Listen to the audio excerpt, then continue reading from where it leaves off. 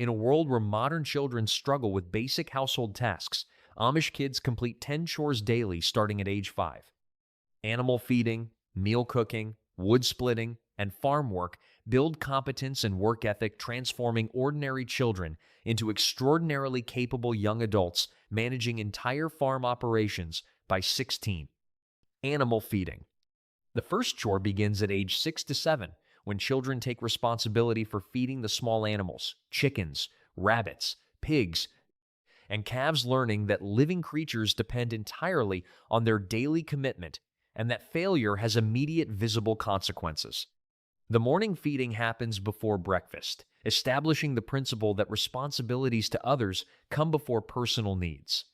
The 6-year-old carries 5 to 10 pounds of feed from storage to animal areas, measures appropriate quantities for each group, fills water containers with 2 to 3 gallons per animal group, and checks that all animals appear healthy and active.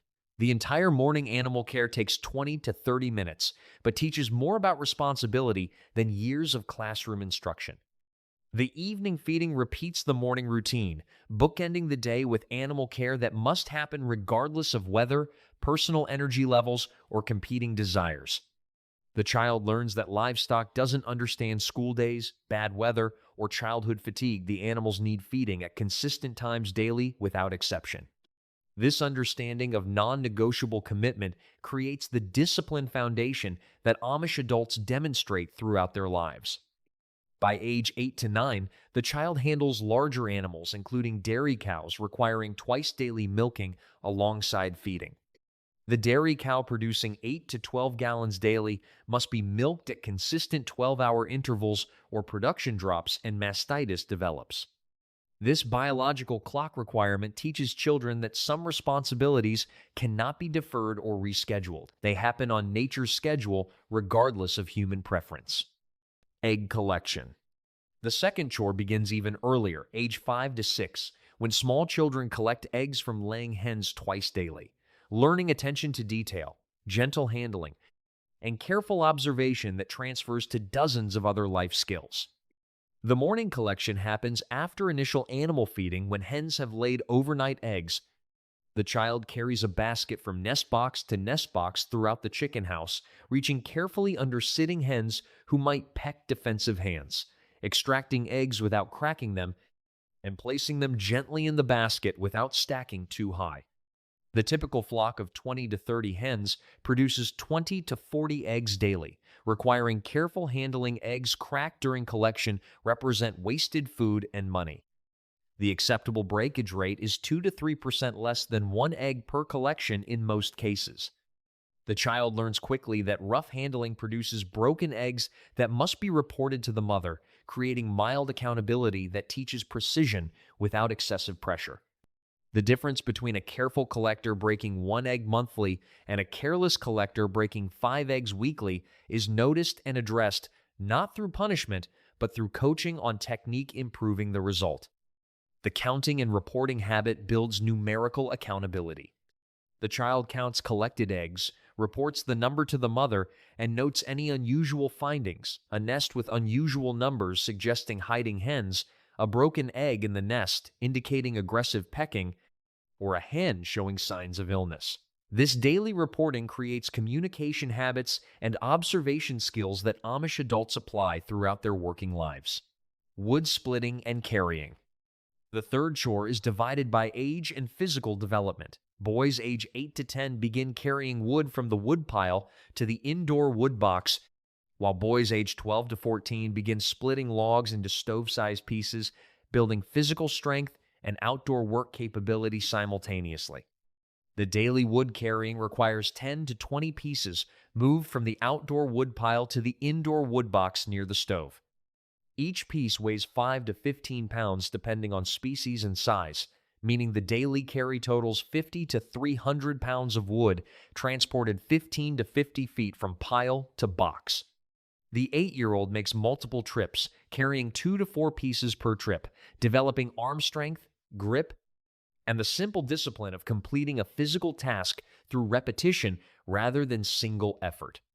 The wood box must be filled to specific levels, not merely adequate, but properly stocked to last through the night without refilling. The child learns to estimate how much wood remains, calculate how much the stove burns overnight, and fill accordingly rather than just throwing in a few pieces and calling the job done. This estimation and planning skill, anticipating future needs based on known consumption rates, develops practical mathematics that abstract classroom problems rarely teach. The 20 to 30 pieces split daily at age 14 provide meaningful farm contribution while building the upper body strength and coordination that adult farm work requires. By age 16, the young man splits a cord of wood in a single day, an output exceeding what most modern adults could accomplish regardless of age, because years of progressive practice built the skill, strength, and stamina through gradual development rather than sudden demand. Meal preparation. The fourth chore begins at age 8 to 10 when girls start assisting with meal preparation and progresses to leading full meal production by age 12 to 14, developing cooking skills that modern schools eliminated from curriculum decades ago and that millions of young adults now lack entirely. The 3 daily meals from scratch, no processed foods, no meal kits, no shortcuts, require planning, skill, and time that convenience culture eliminated from modern households.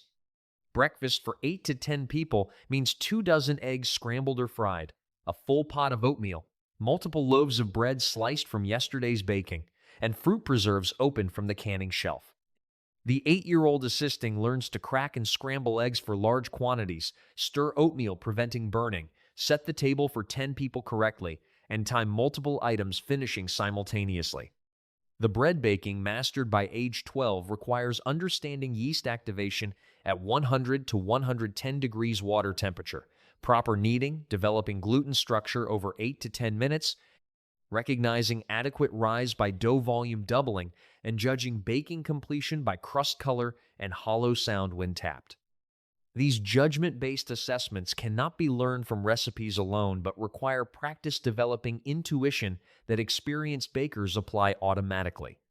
The soup and stew production for large families teaches scaling recipes, managing long cooking times, and using available ingredients creatively.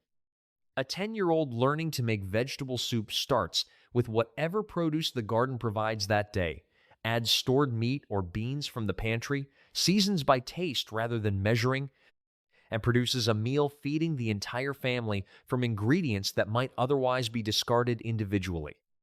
This creative resourcefulness with available ingredients provides capability that recipe-dependent modern cooks never develop. The complete meal planning and execution by age 16 means the teenage girl can feed her family for days without parental supervision, planning menus based on pantry inventory, executing multiple dishes simultaneously, and adjusting plans based on unexpected availability changes. This capability transfers directly to adult household management, allowing young married women to establish functional households immediately rather than learning basic cooking skills years into marriage.